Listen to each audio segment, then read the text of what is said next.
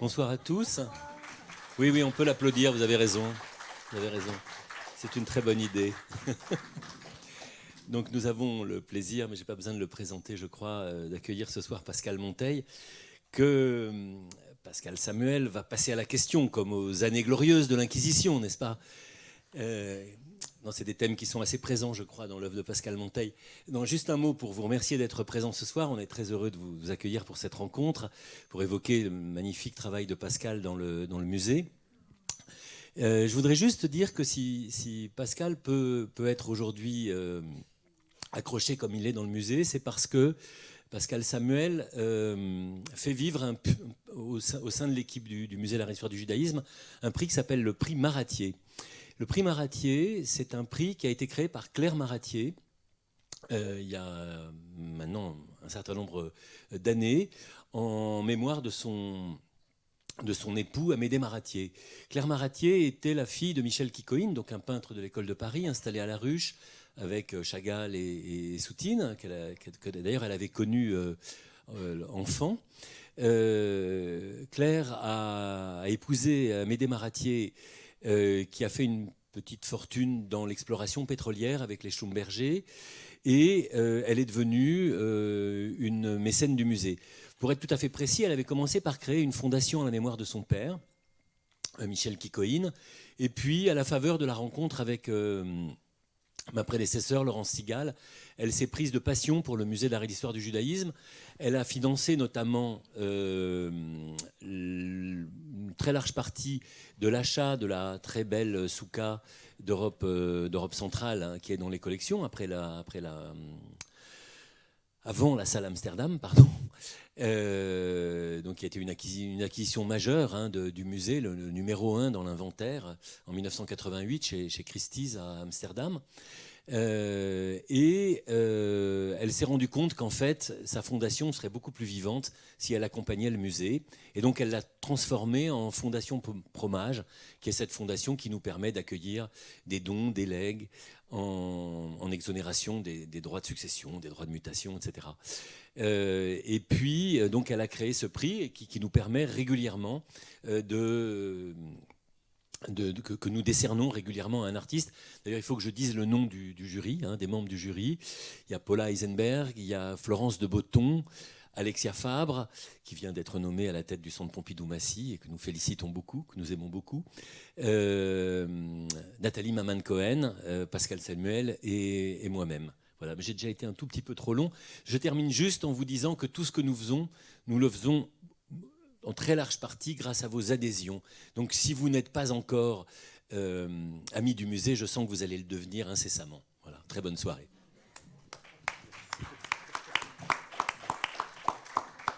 Bonsoir à tous, très heureuse d'accueillir ce soir Pascal Monteil. Il nous semblait indispensable de lui donner la parole et puis de pouvoir aussi vous la donner, parce que je sais que dans la salle ce soir, il y a beaucoup d'amateurs qui suivent son travail depuis longtemps, et comme Pascal en plus habite Arles, l'occasion de l'exposition est aussi celui également de la rencontre.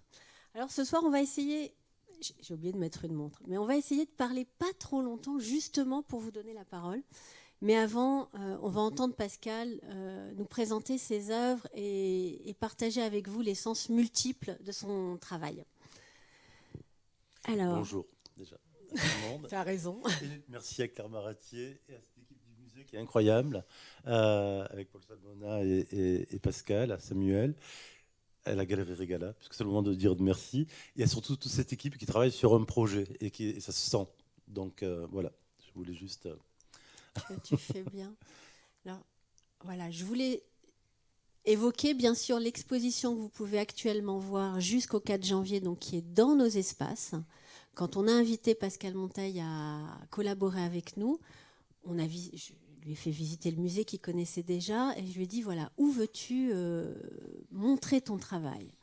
On s'est un peu promené et puis c'était une évidence, je crois, pour lui comme pour nous, que ces œuvres devaient venir non pas dans la salle d'art contemporain, mais au sein même des collections pour essayer de créer des moments de dialogue, comme par exemple dans la salle médiévale, qui est l'image que vous voyez là apparaître, où vous voyez le dialogue entre une de ses œuvres importantes, je vais même dire la première, on va y revenir et Pascal vous en parlera très vite, puisque c'est sa première pièce textile de 2016, Llanto por la Monjaritana, et qui est une œuvre sur le sujet de l'exil et notamment de l'expulsion des Juifs d'Espagne, que l'on présente face aux fragments de stèles funéraires du cimetière de la rue de la Harpe à Paris, qui évoque aussi ce monde disparu, puisque les Juifs ont été expulsés de France en 1394. Voilà. Donc il y a 6 grandes toiles, si vous ne les avez pas encore vues, 6 grandes tentures brodées qui sont présentées dans les espaces du musée et que je vous invite à découvrir si vous ne les avez pas déjà vues. Voilà. Mais ce soir, on va rentrer plus en détail et ça va être l'occasion pour nous de revenir peut-être sur le Pascal Monteil d'avant. Parce que Pascal Monteil a un peu eu 2 vies d'artiste avant 2016 et avant de commencer à prendre une aiguille et du fil pour s'exprimer. Pascal a été formé à la Villa Arson, à Nice, puis il a été peintre. Alors, on ne va pas montrer tout ce premier travail, mais je crois que c'était quand même important de revenir sur cette carrière d'artiste, puisqu'il existe une œuvre avant 2016 qui n'est pas non plus totalement, même si la technique est différente, qui n'est pas dénuée de lien avec le travail d'aujourd'hui. Donc peut-être c'est l'occasion, Pascal, de nous dire quelques mots sur... On a choisi 2 tableaux ce soir. Cette première œuvre, voilà, qui fait peut-être aussi, d'une certaine façon, le lien entre ton premier travail artistique et celui que tu mènes depuis 2016. Oui. Alors, cette œuvre s'appelle L'Éden, n'importe où hors du monde, qui reprend un vers de Baudelaire. C'était déjà à l'époque une superposition. En fait, je l'avais réfléchi comme une montagne, si je voulais dire un seul mot, comme une montagne pour des réfugiés spirituels. Et du coup, alors, c'était à la suite de nombreuses années que j'avais passées donc en Asie. Je dis peut-être ça en introduction, comme ça permet de mieux comprendre. J'ai commencé donc mes études dans une école d'art contemporain très très conceptuelle dans les années 90, qui était à la Villa Arson à Nice. Et je commençais à travailler à Paris, à montrer mon travail. Et je sentais que je butais contre quelque chose sur lequel j'allais buter toute ma vie, qui était une perception simplement occidentale. Et donc, du coup, j'ai pris le large. Je suis parti, je me suis expatrié, je suis parti vivre longtemps, beaucoup en Inde, à Calcutta et à Bombay, ensuite au Bangladesh, au Japon, en Perse, en Iran, en Turquie, bon, voilà. J'ai arpenté l'Arménie, la Géorgie, toute cette partie entre Calcutta et Istanbul, beaucoup. Et après toutes ces années, je suis revenu en France et je me suis dit, en fait, qu'est-ce que c'est l'enfer et qu'est-ce que ça serait l'Éden? L'Éden, c'est encore plus d'actualité aujourd'hui. Ce serait pour moi un lieu où des pensées contradictoires puissent cohabiter sans s'entretuer. Et donc, à partir de tout ce que j'avais pu observer, parce que l'Inde, c'est un petit peu ça. Il y a toutes ces personnes, il y a cette religion, les gens ne s'entretuent pas malgré quelques petits problèmes. Et en tout cas, il y a une superposition de pensées, parfois totalement contradictoires, mais qui cohabitent, qui arrivent à vivre ensemble. Et donc, pendant 1 an et demi, je me suis attelé à reprendre tous les morceaux de photographie que j'avais ramenés, à puiser dans tous ces morceaux, toutes ces photographies que j'avais faites, et à peindre également. Donc, c'est une œuvre dans laquelle il y a et de la peinture et de la photographie. Et j'ai décidé donc de construire une sorte de colline, comme une sorte de tour de Babel, dans laquelle puissent cohabiter toutes ces pensées. Alors, il y a des choses très... très je peux me lever sur ça? Oui, voilà. Comme ça, je fais une visite guidée. Il y a des espaces... Je sais exactement qui est où. Donc, déjà, moi, je suis ici.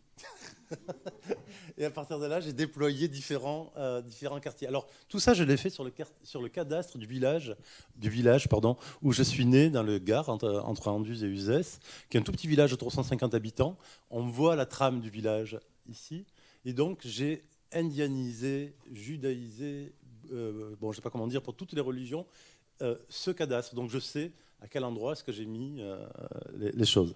Donc, cette partie-là, par exemple... Voilà, la partie juive est ici, avec la synagogue de Cochin, la synagogue de Venise, et ça, c'est la partie juive. Ici, c'est moi. toute cette partie-là est la partie japonaise. La partie musulmane est ici, avec la mosquée, en lien avec les mosquées d'Ispahan. Toute la partie du Kurdistan est ici. L'Inde est là-haut. Enfin voilà, il y a toute une sorte et mon portrait aussi représenté là, en ermite, dans une cabane de bambou. Donc voilà, c'est toute une tour de Babel dans laquelle les choses peuvent se superposer. Mais c'est à partir simplement d'éléments photographiques ou peints que j'ai mixés ensemble. Voilà. Rappelle-nous à peu près la date à laquelle tu réalises cette œuvre. Donc moi j'ai commencé à broder il y a 10 ans. J'imagine, comme c'est la toute dernière, elle doit avoir 12 ans. 2014. 14. Oui, 14-15. Voilà. Alors, Elle faisait cette œuvre a un peu un pendant, si je puis dire. Voilà, qui est l'enfer, mais qui pourrait être en fait les sous-sols de cette colline, de cette montagne. Alors là, c'est un enfer dont je suis parti, pour ceux qui connaissent les gravures de Piranèse, des gravures de Piranèse, évidemment, mais que j'ai reconstruite complètement avec des murs de Calcutta, de Bombay, de Venise, d'Istanbul. Et c'est un monde. Alors là, c'est vraiment pour le coup une œuvre de Maran, parce que ce sont les papes qui déclenchent l'enfer.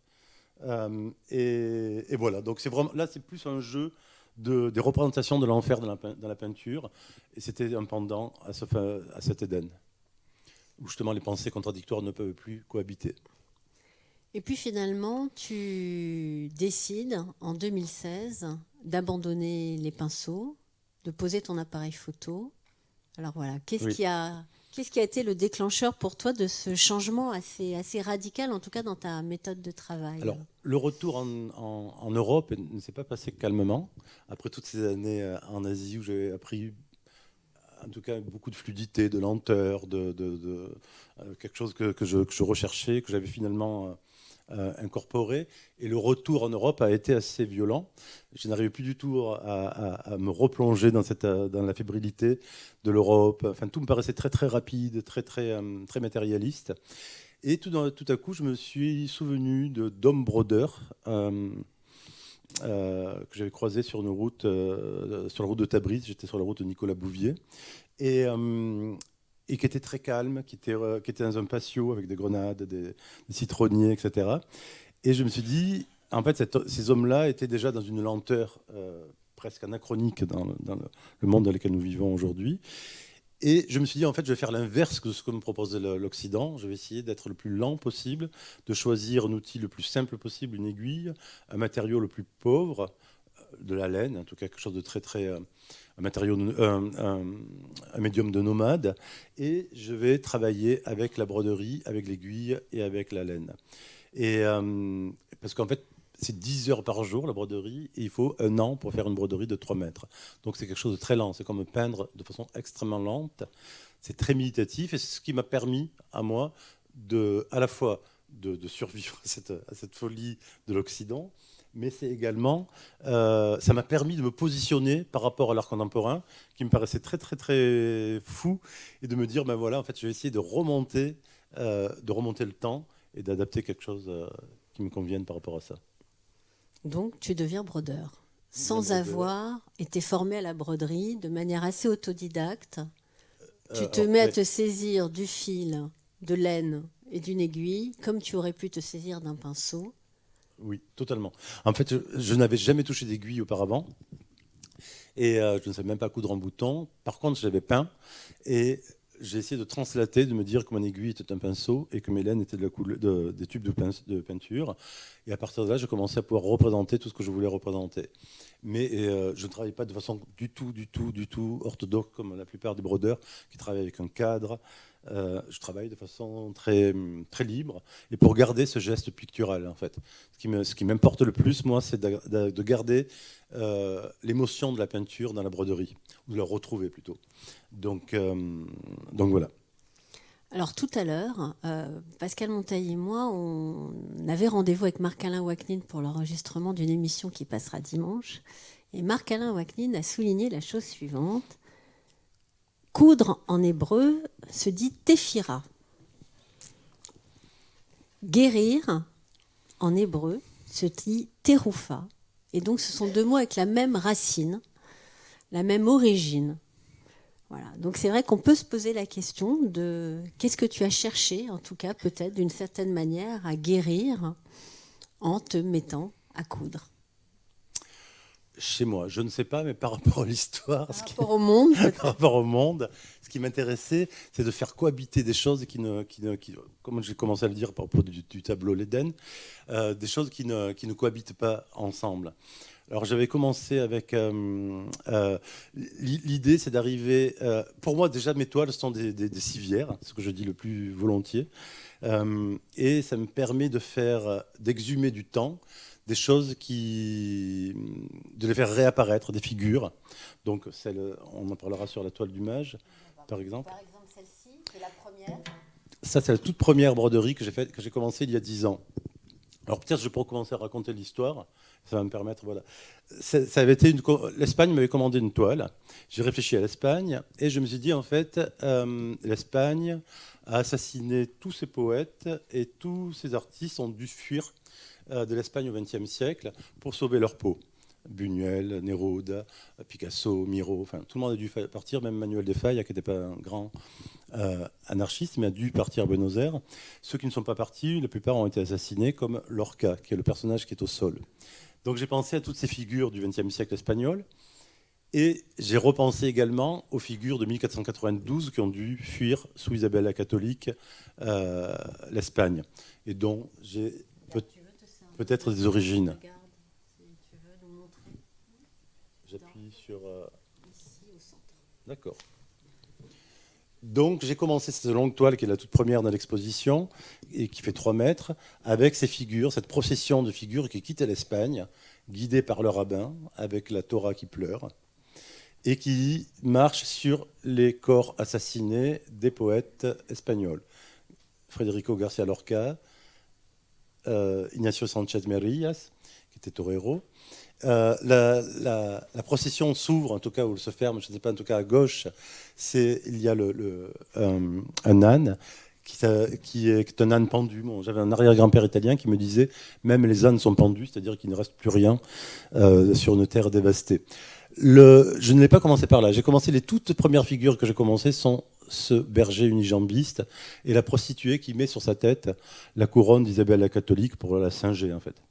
Voilà. J'avais imaginé à l'époque, je me suis dit, ça pourrait être un personnage imaginé par Marceline Loridan. C'est pour ça qu'elle a un petit peu la tête de Marceline Loridan, qui est pour moi presque une punk par rapport à ça, et qui a une liberté de parole qui me réjouit par rapport à la Shoah, par rapport à beaucoup de choses, par rapport à l'antisémitisme. Ensuite, il y a toutes sortes de figures que j'ai écrites. Donc j'écrivais tous les jours, beaucoup, pour construire mon image, parce que je dessine très peu. Par contre, j'écris le journal de figures qui sont à l'intérieur de l'œuvre. Tu veux dire un peu comme un scénario ? Totalement comme un scénario. C'est-à-dire que je m'imagine être le berger ou la prostituée ou la personne qui est devant. Ici, c'est... Donc, tu définis tes personnages, voilà. Tu leur donnes une identité, un costume. Voilà, ils décrivent la météo, ils disent s'il fait chaud, s'il fait froid. Et c'est comme ça que les images m'arrivent. C'est-à-dire qu'un tout d'un coup, il y a la prostituée qui dit... qui dit... même les oiseaux volent... au centre, rousse avec une couronne. Voilà. Même les oiseaux volent à l'envers. Et hop, du coup, les images arrivent dans l'œuvre. La carriole qui est au centre... j'avais demandé à un ami exilé lui-même qu'est-ce que c'était pour lui l'exil. Il m'avait dit c'est tout ce qu'on n'emporte pas. Et donc au milieu il y a ce vide qui est cette carriole qui se délite. Voilà. Ensuite il y a toutes sortes de choses. Je préfère une longue, mais il y a mon autoportrait sans corps ici qui flotte et toutes les figures qui se rassemblent derrière le rabbin. Voilà, qui quitte l'Espagne. Cette œuvre elle devait être montrée au musée de Séville. Quand ils ont compris le sujet, ils n'ont pas voulu me le montrer. Mais par contre, le musée de Grenade et le musée Lorca, que j'avais représenté à l'intérieur, justement pour ces raisons-là, a voulu le montrer. Et au contraire, en effet, un événement politique avec le maire, l'ambassadeur de France, etc. Donc c'était rigolo de voir la lutte entre Grenade et Séville. Et Grenade qui l'a montré de façon très fière. Alors là, on voit très très bien comment tu travailles, hein, comment tu poses la laine comme d'autres pourraient poser la peinture, avec des épaisseurs, des effets de sens. Et puis ce sujet très beau, puisque finalement le cortège est ouvert, hein, enfin, celui qui marche en tête du cortège, donc c'est ce rabbin qui pleure, hein, et la Torah pleure. Voilà, je trouve que c'est une très très belle image de l'exil. Avec des petites références. Alors oui, parce que c'est ouvert. Dans ma tête, il venait sur les routes du Gard. Parce qu'en fait, je me suis intéressé aux figures. Le Maran m'intéresse. Alors, ce que Marc-Alain Waknin me posait comme question cet après-midi, la figure du Maran, moi j'ai une petite origine Maran. C'est pour ça que je ne veux pas dire je suis Maran, mais j'ai parmi mes filiations une arrière-grand-mère qui s'appelait Léa, qui m'a dit on descendrait d'une généalogie de Maran. Donc c'est pour ça que je me suis beaucoup intéressé à l'histoire des Maranes. Et ce qui me plaît dans l'histoire des Maranes, c'est que ce sont une identité qui est complètement ouverte à tous les vents, qui est déboussolée, parce qu'on ne sait plus s'ils sont plus juifs, ils ne sont pas encore chrétiens, ils ne veulent pas l'être. Et ce sont des personnages qui vont et viennent, qui circulent entre les pensées, entre les religions, entre les civilisations même. Et ça fait des personnages très déboussolés, mais aussi très créatifs. Alors, il y a quelque chose qui m'intéresse. Justement, j'avais fait la liste des personnalités, des grandes figures maranes, comme Christophe Colomb. Et je me suis aperçu que tous, de leur fêlure, de la cassure, de cette cassure-là, d'être expulsé d'une religion, de ne pas être dans l'autre, ont inventé des mondes parallèles. Donc, Christophe Colomb, qui n'a pas inventé, mais qui a découvert un autre continent. Nostradamus, qui, lui, a cartographier un monde qui n'existe, une quatrième dimension. Je cite toujours les grands mystiques chrétiens comme Thérèse d'Avila et Saint Jean de la Croix, qui sont quand même des grands mystiques chrétiens, mais qui sont nés juifs. Montaigne, qui a imaginé un autre rapport à soi avec sa biographie.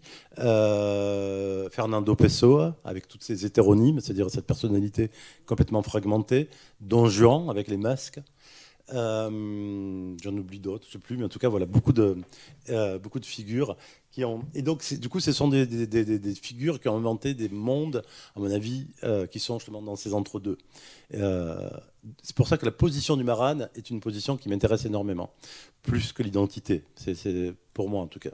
L'aspect, on va dire, métaphorique du Maran. Oui. Alors, on va regarder un autre détail. Voilà, moi, c'est aussi un détail, je trouve, qui montre un peu la liberté avec laquelle tu travailles, la liberté. En tout cas, ou peut-être aussi la manière, le peintre qui parle encore peut-être en toi, dans le mélange des couleurs et la manière que tu as d'associer les laines dans ce détail. Voilà. Donc c'est vraiment ce que je disais par rapport à essayer de retrouver l'émotion de la peinture et de trouver les points comme je trouverais avec le pinceau, le geste. Alors là, c'est une autre. On quitte et on va vers Rimbaud, qui est une figure littéraire qui est aussi une source d'inspiration pour toi. Alors là, on peut revenir presque sur ta première question sur guérir. En fait, je me suis aperçu dans une lettre de Rimbaud qu'il avait écrit qu'à la fin de sa vie, lorsqu'il était négociant de café dans le Harar, sa jambe lui faisait mal. Vous savez qu'il est mort à Marseille, amputé de sa jambe. Et il fait construire, on a retrouvé le dessin, une civière pour le descendre jusqu'à Aden, où il va pouvoir prendre un bateau, venir se faire soigner à Marseille. Et il est porté il raconte dans sa lettre qu'il est porté par 16 Éthiopiens pendant 8 ou 10 jours sur une civière. Et j'ai trouvé ça fascinant. Déjà parce que je connaissais les Indiens, donc j'imaginais les précautions qu'ils devaient y mettre pour le transporter. Et puis parce que, Rimbaud, c'est la poésie. C'est le poète occidental. Et je me suis dit, c'est la poésie sur une civière, en fait. C'est la poésie occidentale sur une civière. Et donc voilà, c'est vraiment une métaphore à la fois de la poésie, qui est une civière, qui est transportée par une autre civilisation et qui va venir mourir à Marseille. Donc c'est pas une œuvre elle porte pas beaucoup d'espérance, mais en tout cas, elle porte une attention à l'autre. Voilà une deuxième tenture que l'on montre dans l'exposition, donc le banquet, qui est une invitation, là encore. Alors raconte-nous un petit peu quels sont les personnages que tu as réunis à travers les époques, les cultures.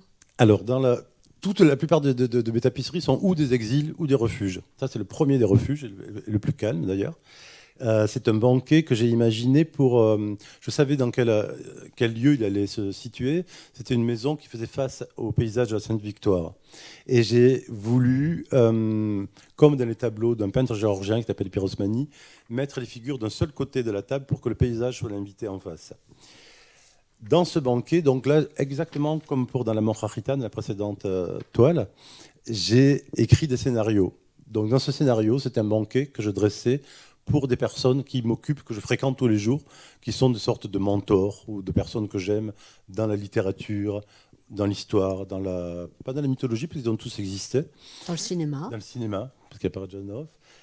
Donc je peux faire une visite, c'est-à-dire qu'on commence tout à droite par Adèle Bloch-Bauer, qui était donc la grande figure de la Vienne à 1900, maîtresse de Gustav Klimt, et surtout ce tableau qui est parti, qui est le premier tableau spolié qui a été restitué par l'Autriche après un long procès. Donc Adèle Bloch-Bauer qu'on voit à droite, et qui lave Judas de vin. Là aussi, je suis parti d'un livre d'Amos Oz qui parle de Judas, non pas comme une figure de la trahison, mais de la rédemption.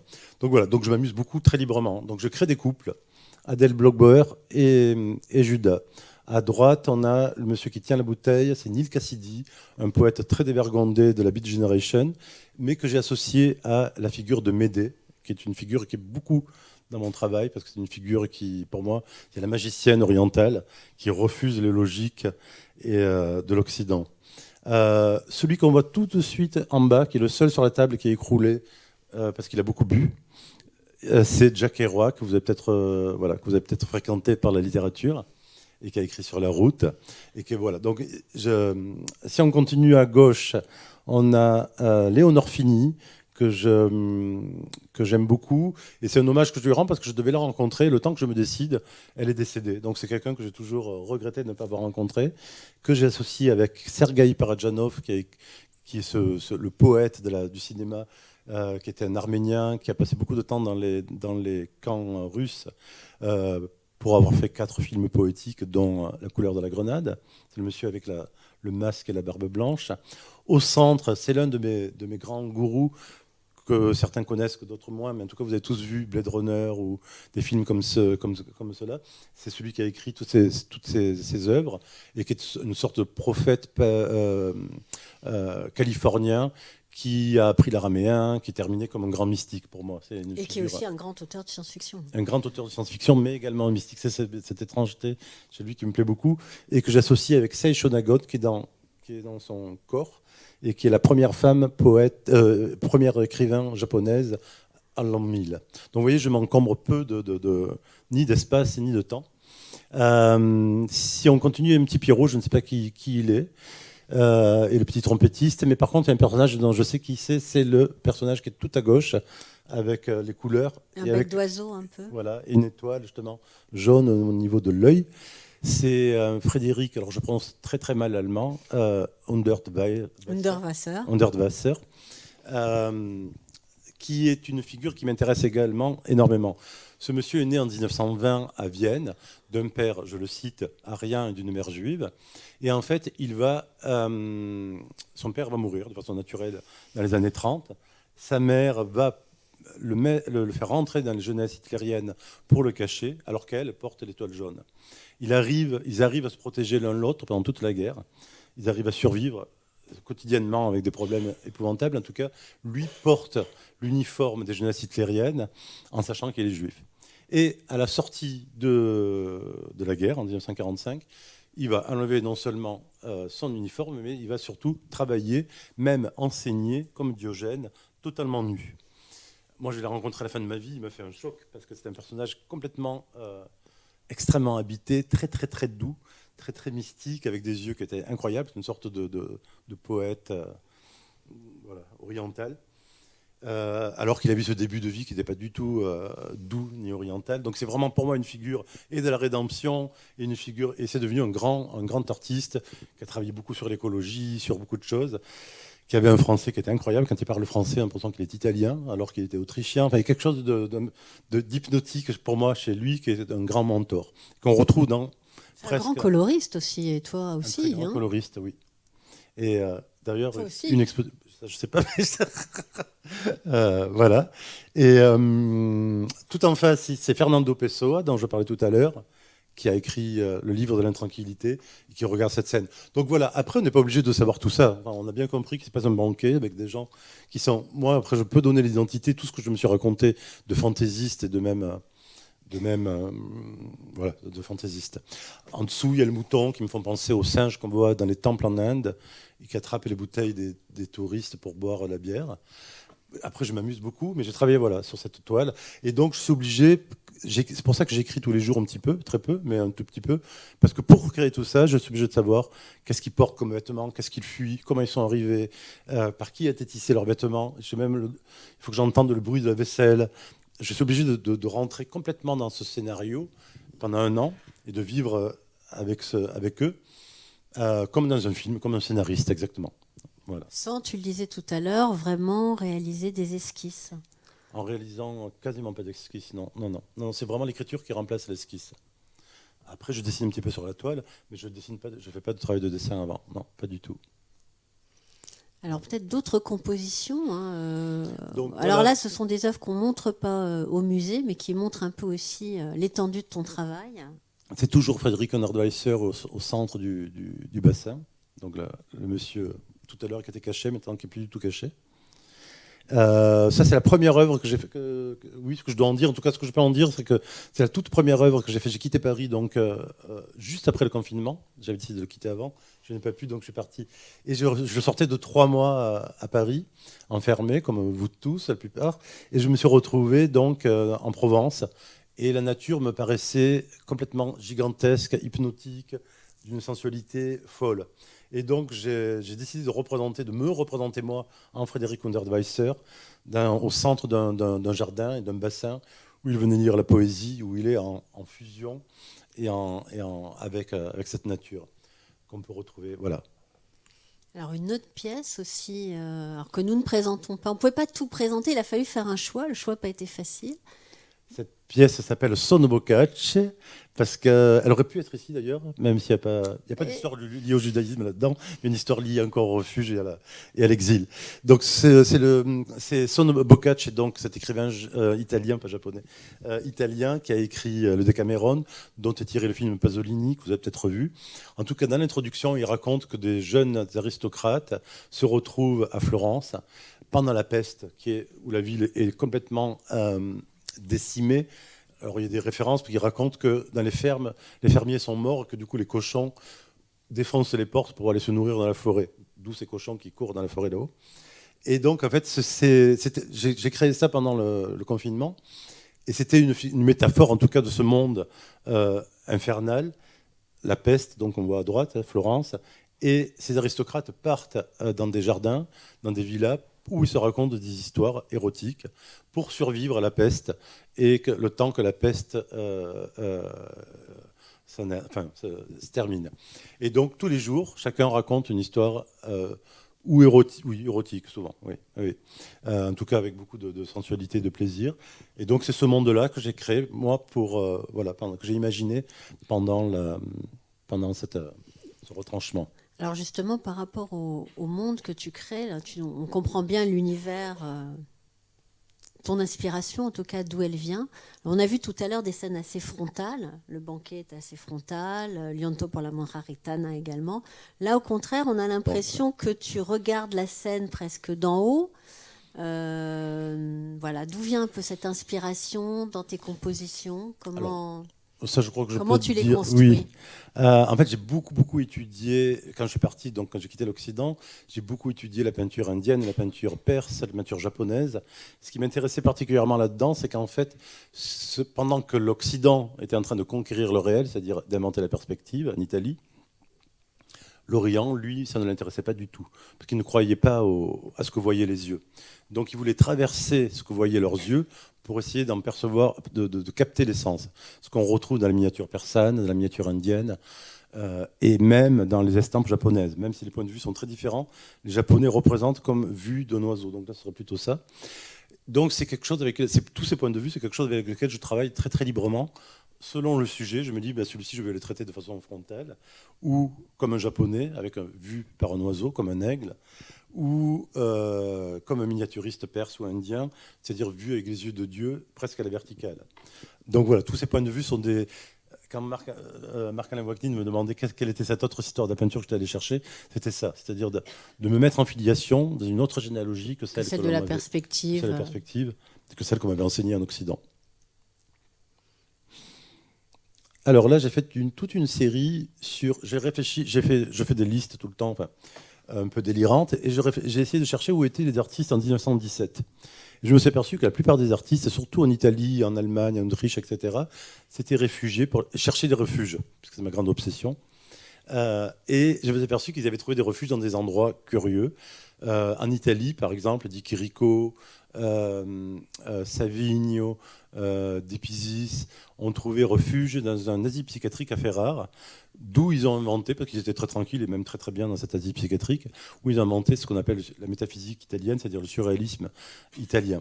Donc en fait, les courants de l'art moderne italien sont nés dans un asile psychiatrique d'artistes qui fuyaient les champs de bataille qui devaient être infernales en 1917, après 3 ans de guerre, où ils devenaient fous.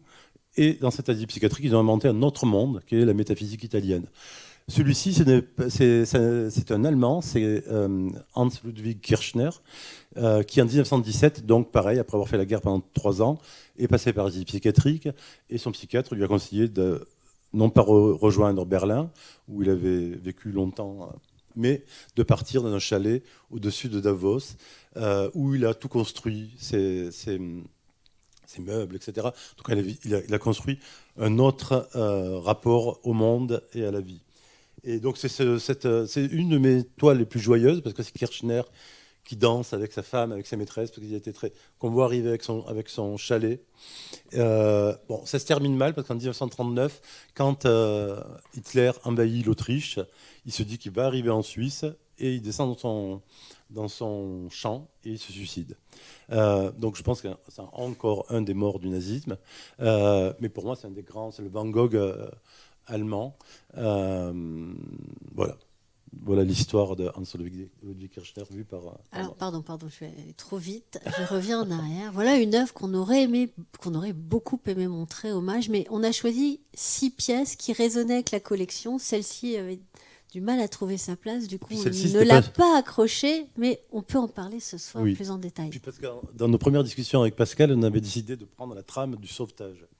Celle-ci, ce n'est pas un sauvetage, et c'est pour ça qu'elle ne rentrait pas là-dedans aussi. En fait, celle-ci, ça s'appelle Le Petit Train. Donc, vous avez tous peut-être entendu la chanson de Catherine Ringer, de Rita Mitsuko, Le Petit Train, où elle parle d'un petit train qui croit partir en vacances et qui, en cours de route, s'aperçoit qu'il part pour les camps. Et donc, c'est la folie de ce petit train. Ce que je me suis dit aussi, parce que j'avais une grammaire qui était la grammaire qui m'a le plus sensibilisé aux questions de la Shoah, c'est une grammaire catholique, mais de sensibilité communiste, et qui me lisait les journaux d'Anne Frank, et qui me racontait les camps, enfin, qui me racontait beaucoup de choses. Et cette grammaire me disait que, en 1936, il y avait les trains et les wagons qui partaient, qui amenaient les gens à Saint-Malo ou à Palavas pour les congés payés. Quelques années après, ces mêmes trains ont amené une partie de ces mêmes personnes vers les camps. Donc voilà, c'est ce petit train qui croyait partir pour Palavas et qui se retrouve sur les routes de l'Allemagne. Donc c'est pour ça qu'elle n'avait pas tellement sa place dans l'exposition, puisque c'était le sauvetage. Alors justement, puisqu'on parle de sauvetage, voilà la pièce. Donc dans le cadre du prix Maratier, nous invitons un artiste à faire une exposition hommage, et c'est aussi l'entrée dans la collection d'une pièce. Donc là, il s'agit d'une œuvre de commande. Il n'y avait pas au départ de thème. Vraiment, le sujet est venu du dialogue entre Pascal et l'équipe du musée. Et tu as choisi finalement, voilà, tu vas nous raconter la thématique qui a été choisie donc pour cette grande. Alors, pour cette longue toile, voilà. Lorsque je suis parti du sauvetage, donc je suis parti d'abord de Claire Maratier, donc la personne qui a été présentée par Paul. Qui on doit le prix. Voilà. Et j'ai regardé toutes ses vidéos, les vidéos de son frère, etc. Et elle a raconté qu'elle avait pris un train pour se sauver, pour aller en Roumanie ou en Grèce, je ne sais plus, en 1940. Et donc ça m'a fait penser à une lecture que j'avais vue il y a 30 ans, écrit par la femme d'un japonais qui s'appelle Shunei Sugihara.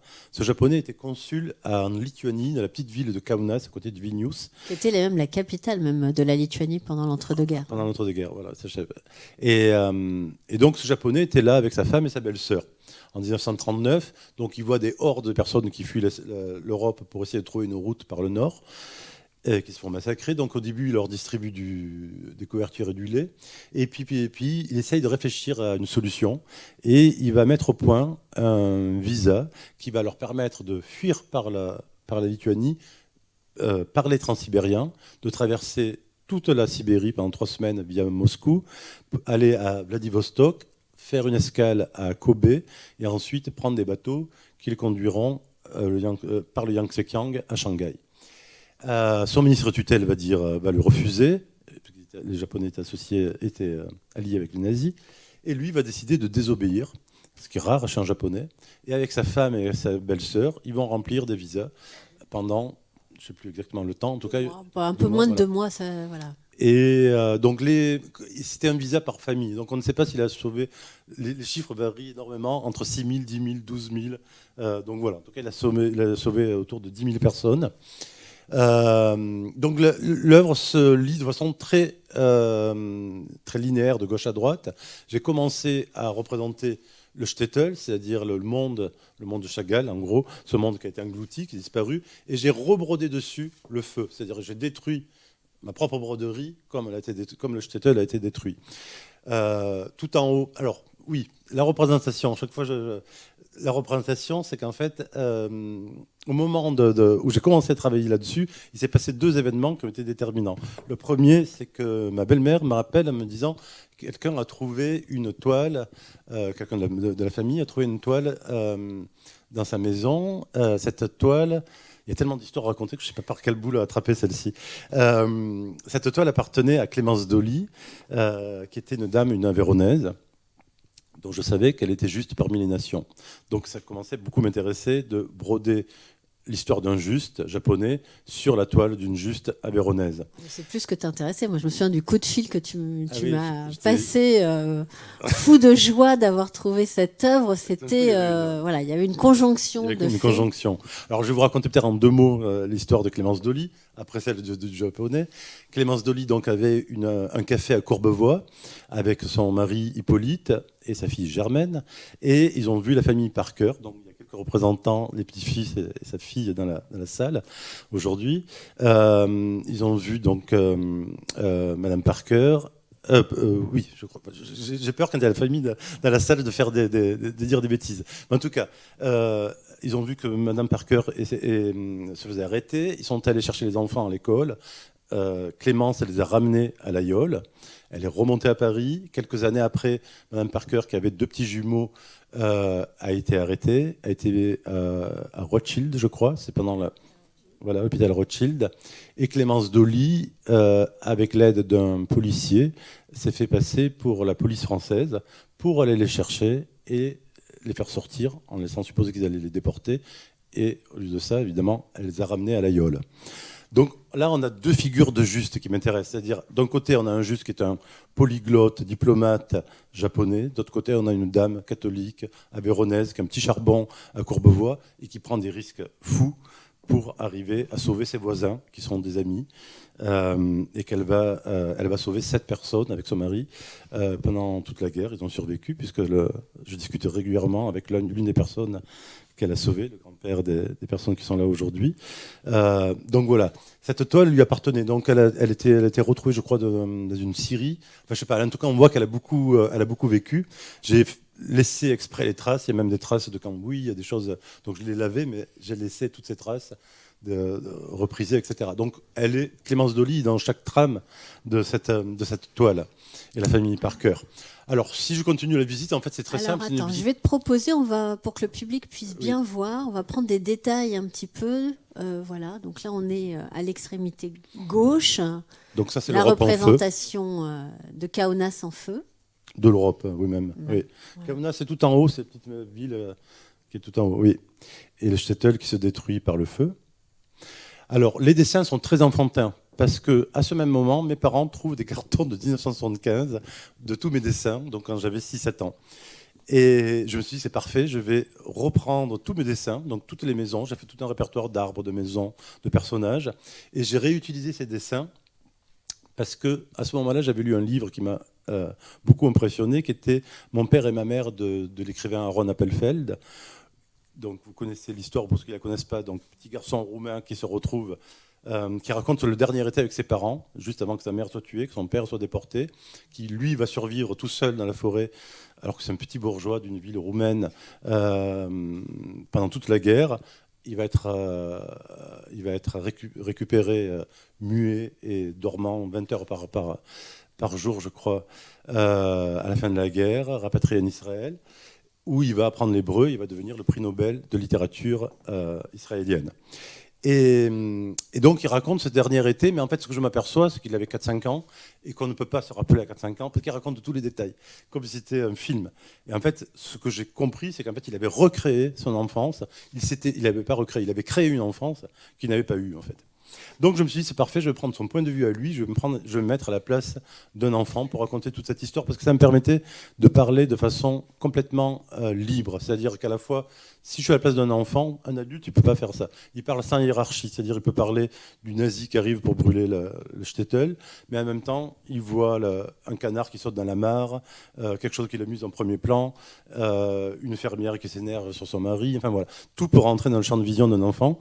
Et du coup, ça me permettait de travailler de façon beaucoup plus libre et de commencer à dessiner ce monde-là. Alors justement, là, on est passé à un autre détail de l'œuvre, avec ce personnage blanc qui ouvre les mains, qui libère des oiseaux. Et qui est le consul japonais, mais qui est un personnage que j'avais dessiné en 1975, sans savoir que ce serait un consul. On me voit d'ailleurs en haut avec les cheveux rouges, avec ma mère et mon père. Donc c'est que des choses que j'avais déjà dessinées et que j'ai réagrégées comme pour... Une forme de collage. Oui. Compte, hein. Mais dont j'ai changé de destination, c'est ça qui est bon. Alors voilà, là justement, on voit la figure du juste japonais, hein, Shunde Sugihara, donc en poste à Kaunas, qui, je crois que c'est entre juillet et août 1940, rédige ces visas de transit qui vont permettre aux Juifs de quitter la ville et de traverser ensuite. Donc voilà justement un détail de ces visas de transit. Août 1940, on voit bien la date. Et ces visas de transit donc, vont leur permettre de traverser l'Union soviétique, aller jusqu'à Vladivostok, prendre le bateau, transiter par le Japon. Et à partir du Japon, il fallait qu'ils aient un autre visa de destination pour pouvoir fuir. Alors ça a été tantôt l'île de Curaçao dans les Antilles, tantôt Shanghai, tantôt les États-Unis.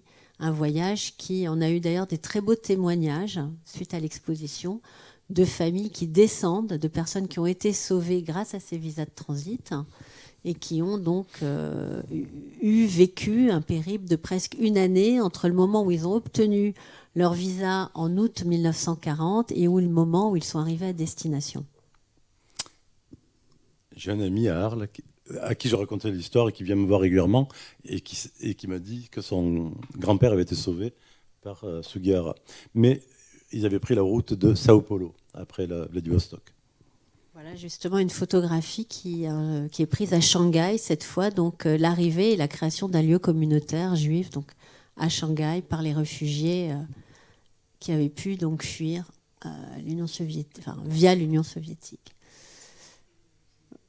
Voilà, donc là on revient à ton œuvre, hein, puisqu'il y a un peu deux registres, il y a le registre supérieur et le registre inférieur, et on a cette farandole de réfugiés qui partent. Alors, ils portent quoi? Une maison, une arche d'alliance? C'est une arche d'alliance, oui.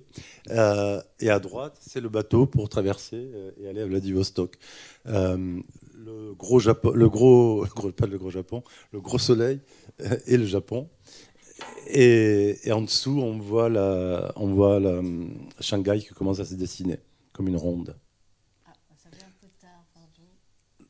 C'était justement l'évocation de Clémence Dolly, hein, dont tu viens de nous parler, qui est celle à qui la famille Parker doit la vie et qui les a aidés à se cacher pendant toute la durée de la guerre, donc à la Guiole. Pardon, je reprends un détail. Non, mais c'est très bien de les voir. Du coup, il y a les archives et les transformations, c'est très bien. Donc voilà le bateau et les soleils de l'Extrême-Orient. Donc là, on est à l'extrême bout de l'arrivée à Shanghai et la sortie même de la tapisserie. Donc tout a été représenté avec ces dessins d'enfants. Et à droite, on voit le rabbin qui allume la 7e bougie, un des personnages qui sort avec un livre et une dame qui sort avec un enfant dont je suis parti d'une coupure de journal d'un train qui partait vers la déportation, qui a été arrêté par les résistants. Et on voit les gens qui sortent des trains entre la frayeur et la joie. Donc voilà, cette figure-là. Voilà un détail. Ah oui, un vrai détail là. On voit bien ta manière de travailler, comment tu dessines avec des fils de couleur. Et puis là, un retour, si je puis dire, au monde du shtetl, avec les maisons telles que tu les dessinais enfant. Complètement. Avec un univers de neige. Et puis un petit clin d'œil, parce que comme c'était aussi une œuvre qui allait rentrer dans les collections des collections du musée d'art moderne, dans les collections du musée d'art et d'histoire du judaïsme, excusez-moi. On voit dans le registre inférieur donc cette synagogue que tu as représentée, qui est inspirée d'une maquette de synagogue en bois que vous pouvez voir là aussi dans les salles, hein, juste en face de l'accrochage de cette grande tenture. Donc c'est le modèle de synagogue en bois telle qu'elle était en Ukraine et qui est aujourd'hui disparue. Tout ce qui reste, c'est simplement ces maquettes réalisées dans les années 50 par les élèves de l'Ort. Là, le paysage de neige. Tu veux dire un mot, par exemple, sur ce... Non, après le temps, j'ai pas pris de montre. Donc j'ai repris tous ces dessins, il y en avait une bonne centaine. Et tous les jours, je les dessinais beaucoup. Et ça, c'est une petite marge. J'écrivais l'histoire à côté. J'avais écrit, je me transforme en grenouille pour échapper à mes ennemis. Et du coup, dans la toile, ça devient le lac Baïkal. Voilà. 50 ans après. Et puis un autre clin d'œil aux collections du musée, parce que dans notre collection, on a également une gouache de Chagall qui représente un rabbin qui protège la Torah, qui prend la Torah dans ses bras et que l'on retrouve dans ta composition. Voilà. Alors peut-être une dernière œuvre et puis on s'arrêtera là pour pouvoir vous donner la parole. J'en ai déjà parlé, je ne savais pas quel était le diaporama. Quand j'ai parlé des artistes qui se réfugient dans des différents lieux, donc il y avait Kirchner. Ici, ce sont justement les artistes italiens dont je parlais, avec Di Chirico, Carlo Cara, Savigno, La Catramina, une italienne nihiliste, et Di Pisis. Donc c'est un portrait très simple de ces figures qui sont réfugiées dans des asiles psychiatriques en Italie pendant la guerre de 14. Voilà. Qui est une de tes dernières. Pas la dernière, mais une de tes dernières. Oui, de cette année en tout cas, avec celle de Kirchner. Écoute, merci beaucoup pour cette présentation. Alors évidemment, j'imagine que ça doit susciter peut-être des questions. Voilà, la parole est à vous. Et même, oui.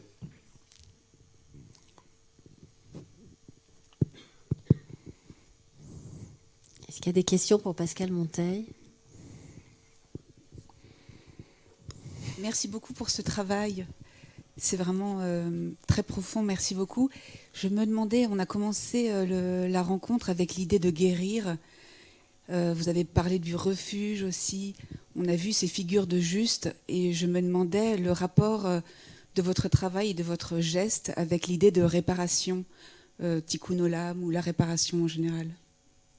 Alors, je sais que ça a à voir avec tout ça. Je ne peux pas faire d'analyse. Je sais que je peux en faire une analyse psychanalytique, au contraire. Je sais que ça a à voir avec tout ça. C'est raccommoder, c'est recoudre des événements disparus, c'est faire réapparaître des personnes avec l'aiguille. Après, je ne sais jamais trop comment aller plus loin par rapport à ça, même si je sais que ça a à voir avec tout ça. Mais malheureusement, je ne suis pas psychanalyste, tout ça, donc j'essaye de laisser. Je me dis, bon, ben voilà, savoir avec ça. Peut-être que toi, tu en sais plus que moi. Marc-Alain Woknin en savait un peu plus que moi. Non, en tout cas, ça fait 10 ans maintenant que tu brodes et que tu as envie de continuer de broder. Oui. Donc, c'est quand même un geste qui te correspond et qui te permet de donner une plasticité à tous ces récits qui te traversent et que tu as envie de restituer. En tout cas, oui. Et les sujets que je choisis sont toujours des sujets où j'ai l'impression que je vais pouvoir... Alors, ce que je peux raconter, c'est une anecdote. Quand j'étais petit, je dessinais toute la journée des dessins. J'avais donc cette grammaire qui me lisait la peste, que des récits épouvantables, la peste, le journal d'Anne Frank, etc. Mais j'étais tout petit. Et donc, je dessinais, en l'écoutant, je me disais, en fait, le monde est invivable. Et j'ai dessiné des files de gens qui n'en finissaient plus et qui prenaient les routes, parce que j'essayais de retrouver une route pour sortir de ces mondes invivables. Et donc aujourd'hui, je pense que je fais exactement la même chose, en fait, à part que je fais la suite. Et donc c'est pour ça que je passe mon temps à essayer de solliciter.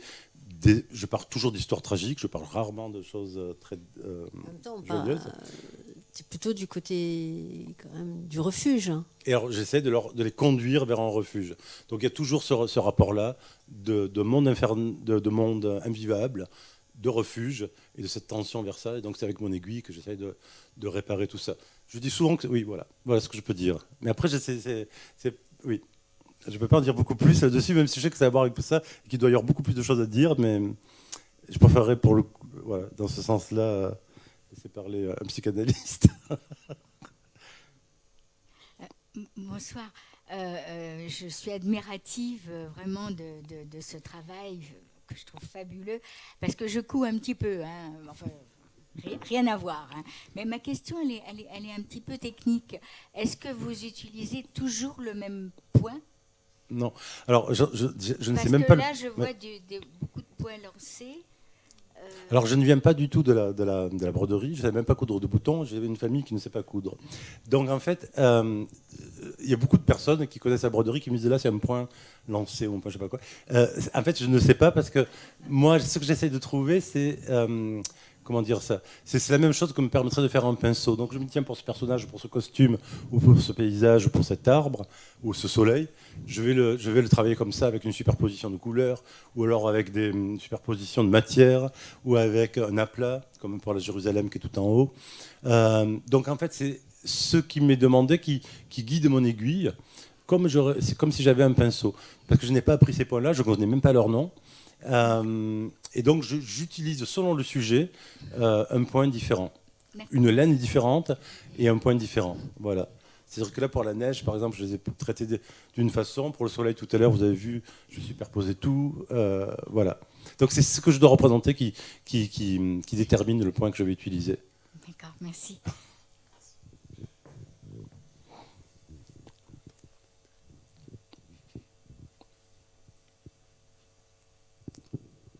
Bonsoir, merci pour votre travail c'est vraiment de la poésie brodée et on est vraiment envahi par les couleurs, l'émotion.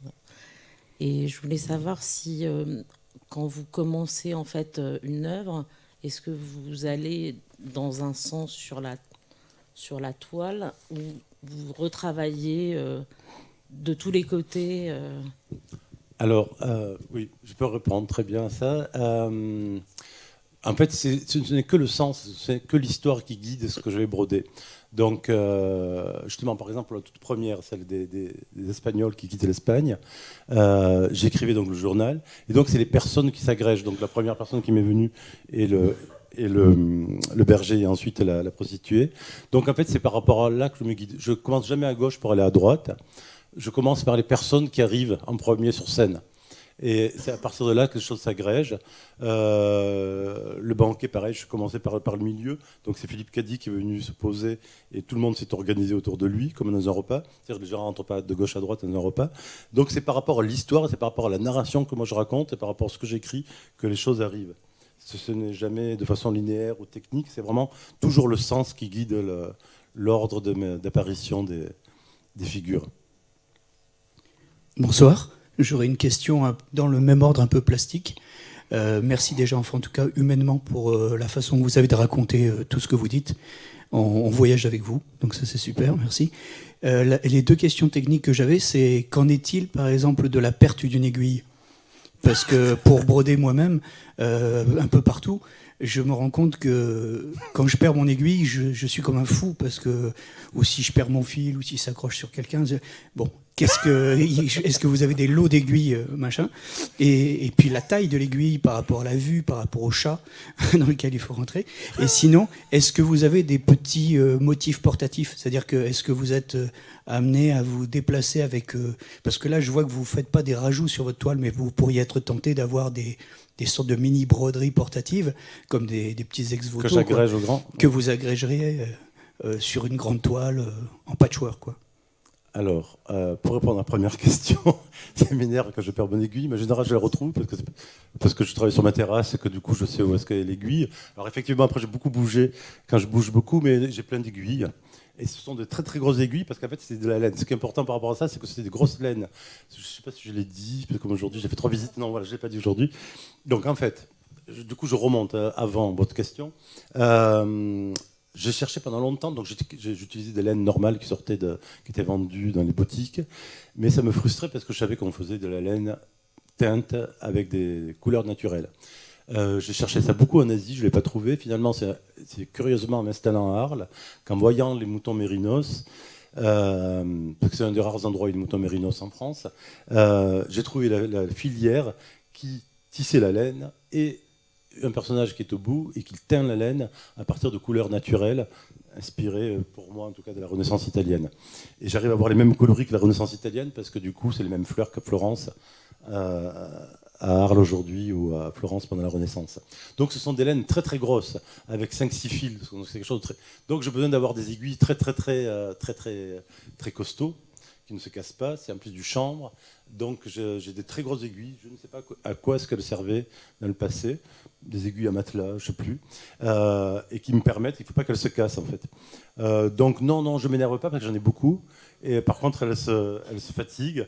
Et je les ai fait aiguiser à l'aïeul. Donc voilà, pour la première réponse. La deuxième, c'est non plus. Alors, je n'agrège pas d'autres tapisseries. En fait, même une très grande tapisserie, je voyage toujours avec mes tapisseries, maintenant je voyage moins. Mais au tout début où je brodais, je partais en Inde, à Calcutta, à Bombay, en Arménie, à Istanbul, à Cadiz, etc.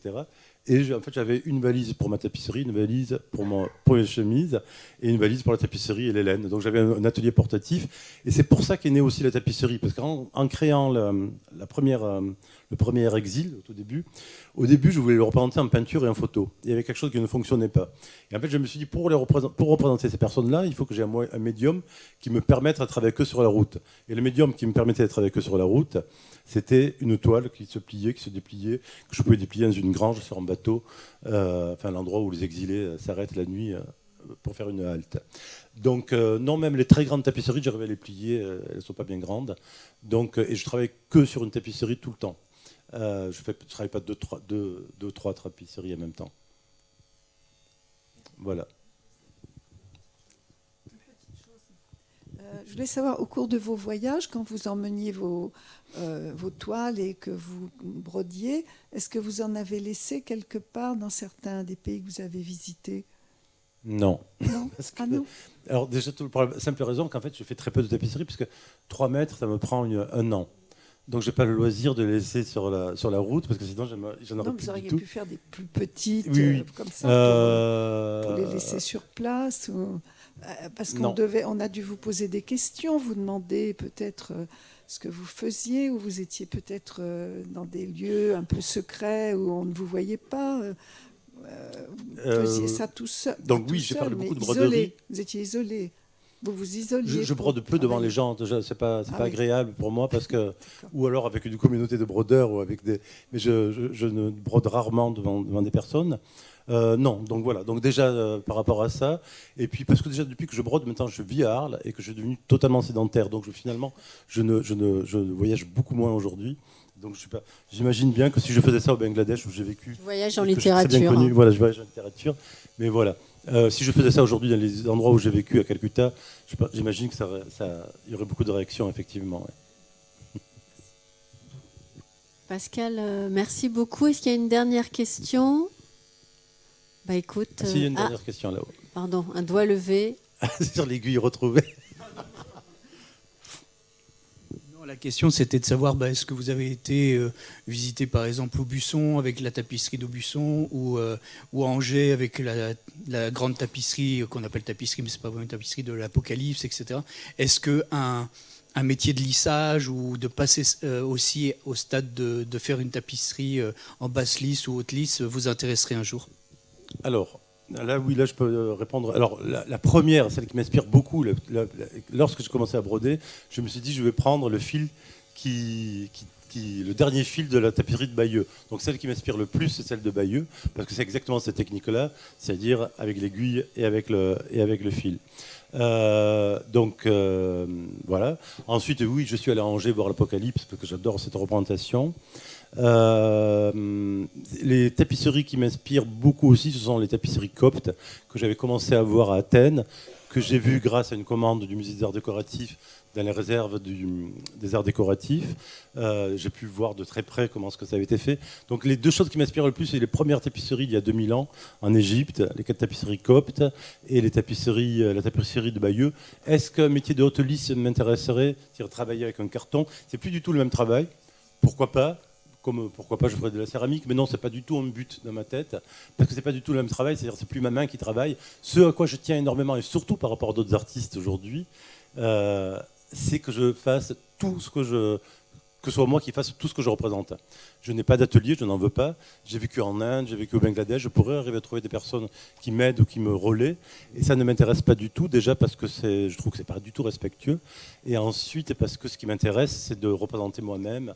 C'est comme si un peintre... En fait, ce qui ne me plaît pas là-dedans, c'est le fait de donner... Je ne vais pas terminer sur une note négative, mais parce que tout le temps, on me dit que c'est comme à la Renaissance, où les artistes travaillaient avec des disciples. Je pense que c'est exactement l'inverse, parce qu'à la Renaissance, un artiste donnait ses compétences à quelqu'un qui ne les avait pas. Et aujourd'hui, un artiste contemporain qui fait faire sa broderie par quelqu'un d'autre, il va chercher des compétences que lui n'a pas. Et c'est exactement l'inverse. Donc on est dans une démarche totalement qui n'est pas très morale pour moi en tout cas, et qui ne m'intéresse pas au niveau artistique surtout. Une dernière question, premier rang. Plus positive, que je termine sur quelque chose de sympa. Pardon, à quoi on pense quand on brode pendant un an? À quoi on pense quand on brode pendant un an? Alors, c'est une très très bonne question, parce que du coup, effectivement, quand je m'installe pour broder, je brode de 14h à minuit, à peu près tous les jours. Et tous les jours, il y a une question là-haut. Et tous les jours, je décide sur de quoi je vais penser, en fait. Parce qu'au départ, en fait, c'est comme la méditation. Le premières 20 minutes, on pense à tout. Je n'ai pas rempli ce papier pour la sécurité sociale. C'est tous les soucis, en fait. Tous les petites, et en fait, au bout d'un moment, on oublie tout ça et on rentre dans une sorte de... pour ce qu'on fait de la méditation ou du yoga, dans une sorte de lévitation où voilà, on oublie. Mais par contre, donc, je suis obligé de penser à quelque chose parce que je passe 8 heures à faire tout ça. Donc j'écoute beaucoup de podcasts parce que c'est la seule chose que je peux faire. Et par thématique. Donc pendant une semaine, c'est l'Albanie, la Renaissance, la peste, enfin ce genre de choses.